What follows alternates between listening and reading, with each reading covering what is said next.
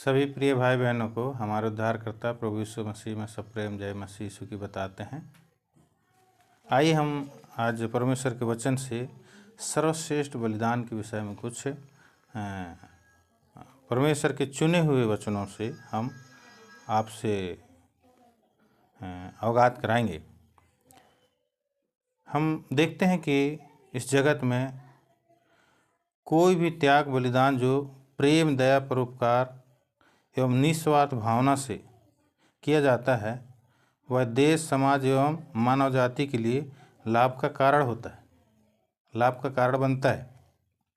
ऐसे बलिदान करने वालों को लोग पीढ़ी पीढ़ी तक याद कर कृतज्ञता से, है ना, कृतज्ञता से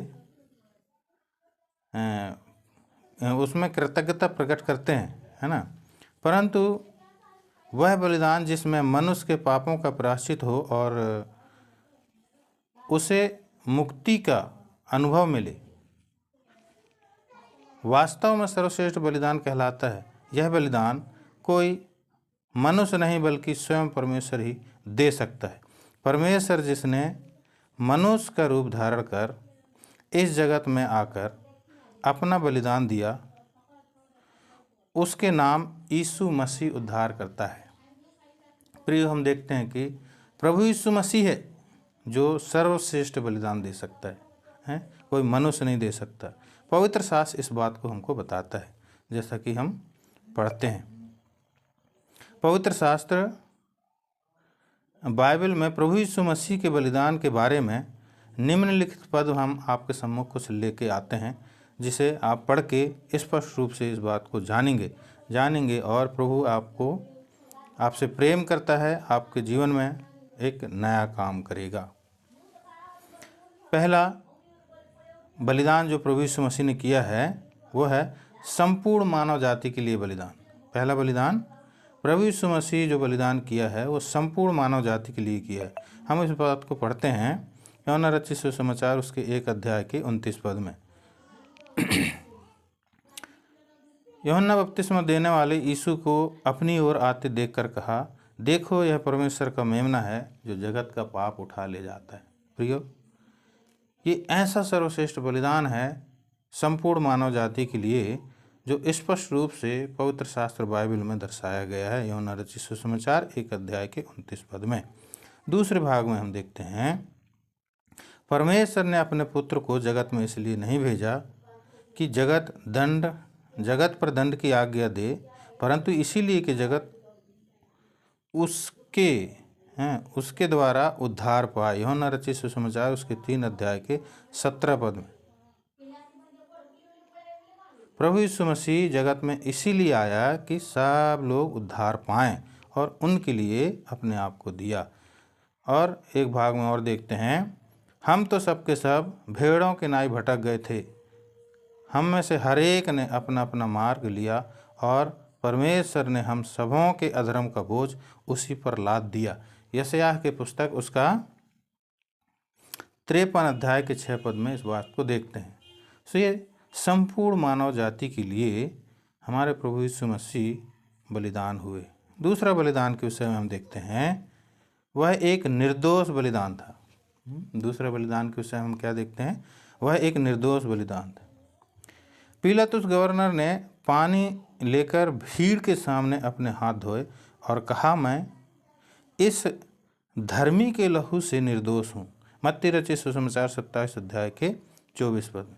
यहूदी जाति जब उसको डाह करके, जैसा कि हम देखते हैं कि उसने प्रभु यीशु मसीह ने स्वयं को बताया कि मैं परमेश्वर का पुत्र हूँ, उस बीच में ये लोग डाह करके डाकुओं के साथ में उसको पकड़वा दिए और उसको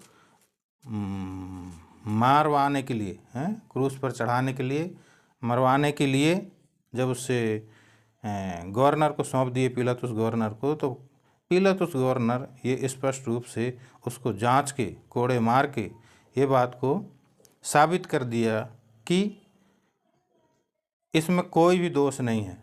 क्या कहता है, हम फिर से इस पद को पढ़ेंगे।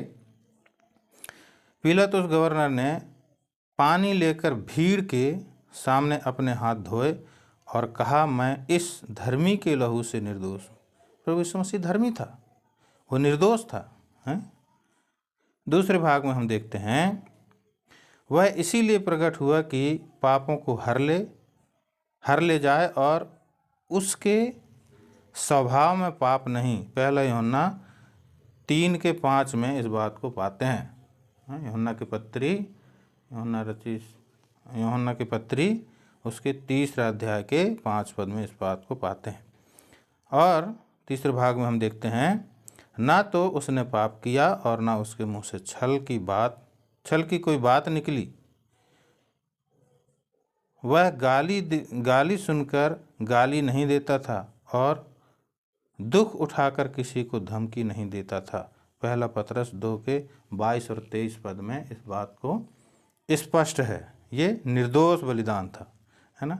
तीसरे भाग को हम जब देखते हैं तो तीसरे भाग में इस रीति से है, वह मनुष्य के पापों के प्रायश्चित के लिए किया गया बलिदान था। वो मनुष्य जाति के पापों के प्रायश्चित के लिए बलिदान किया गया था। वह मनुष्य के पापों के प्रायश्चित के लिए किया गया बलिदान था। प्रियो, इसके विषय में हम 3 पद को पढ़ेंगे, हैं। पहला पद में पढ़ता हूँ, तुम्हारा छुटकारा चांदी सोना अर्थात नाशमान वस्तु के द्वारा नहीं, परंतु निर्दोष और निष्कलंक मेमने अर्थात मसीह के बहुमूल्य लहू के द्वारा हुआ। पहला पतरस उसके 1 अध्याय के 18 और 19 पद में इस बात को पाते हैं। दूसरे बात में मसीह का लहू जिसने अपने आप को सनातन आत्मा के द्वारा परमेश्वर के सामने निर्दोष चढ़ाया, तुम्हारे विवेक को मरे हुए कामों से क्यों न शुद्ध करेगा, ताकि तुम जीवते परमेश्वर की सेवा करो। इब्रानी 9:14। और तीसरा पद को जब हम पढ़ते हैं तो, जैसा मसीह ने भी हमारे लिए अपने आप को सुखदायक सुगंध के लिए परमेश्वर के आगे भेंट करके बलिदान कर दिया। प्रियो, हम यहाँ पे इफिसी उसके 5 अध्याय के 2 पद में देखते हैं। ये मनुष्य के पापों के प्रायश्चित के लिए किया गया बलिदान था। वह मनुष्य के पापों के प्रायश्चित के लिए किया गया बलिदान है। और चौथा बलिदान को हम देखते हैं, वह प्रेम से किया गया बलिदान था। हम 2 वचन पढ़ेंगे उसके विषय में। पहला वचन मैं पढ़ता हूँ, परमेश्वर हम पर अपने प्रेम की भलाई इस रीति से प्रकट करता है कि जब हम पापी ही थे तभी मसीह हमारे लिए मरा। रोमियो की पत्री उसके 5 अध्याय के 8 पद में इस बात को देखते हैं।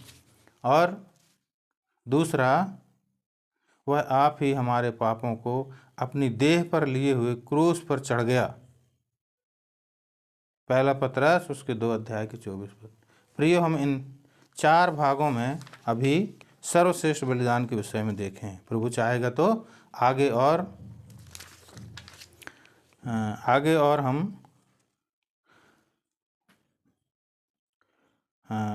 हम 3-4 भागों में इस बात को देखेंगे। प्रभु अनुग्रह करे हम आगे वीडियो बना सकें, इसलिए आप लोगों से निवेदन है कि चैनल को सब्सक्राइब कीजिए और हमारे लिए लगातार प्रार्थना कीजिए। प्रभु आपको भी आशीष देगा और हमें भी आशीष देगा। सभी भाई बहनों को जय मसीह की।